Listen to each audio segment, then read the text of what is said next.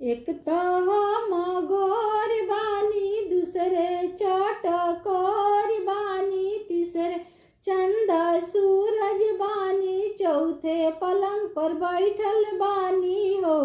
ये बहिनी पांचवे में बेटवा हो खाई भी पलंगिया से न उतरब हो।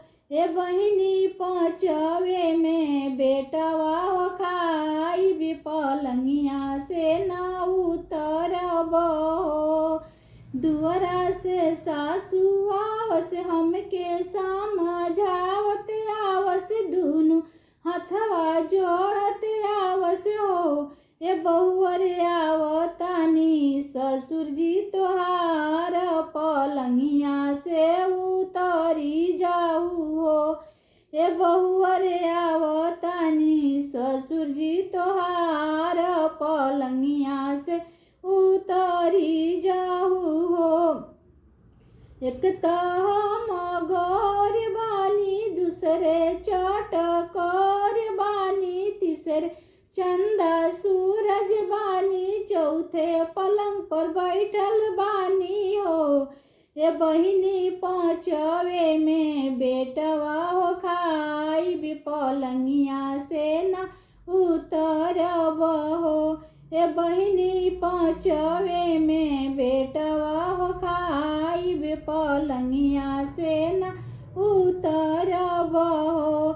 अंगना से गोतिन आवस हमके समझावत आवस, दुनु हथवा जोड़त आवस हो। ये छोटी आवतानी भसुर जी तोहार पलंगिया से उतरी जाऊ हो। ये छोटी आवतानी भसुर जी तोहार पलंगिया से उतरी जाऊ हो। एक तो हम गोर बानी, दूसरे चटकोर बानी, तीसरे चंदा सूरज बानी, चौथे पलंग पर बैठल बानी हो। ये बहिनी पांचवे में बेटवा हो खाई भी पलंगिया से ना उतरब हो। ये बहिनी पांचवे में बेटवा हो खाई भी पलंगिया से न उतरब हो। दुअरा से ननद आवस हमके समझावत आवस, दुनु हथवा जोड़त आवस हो।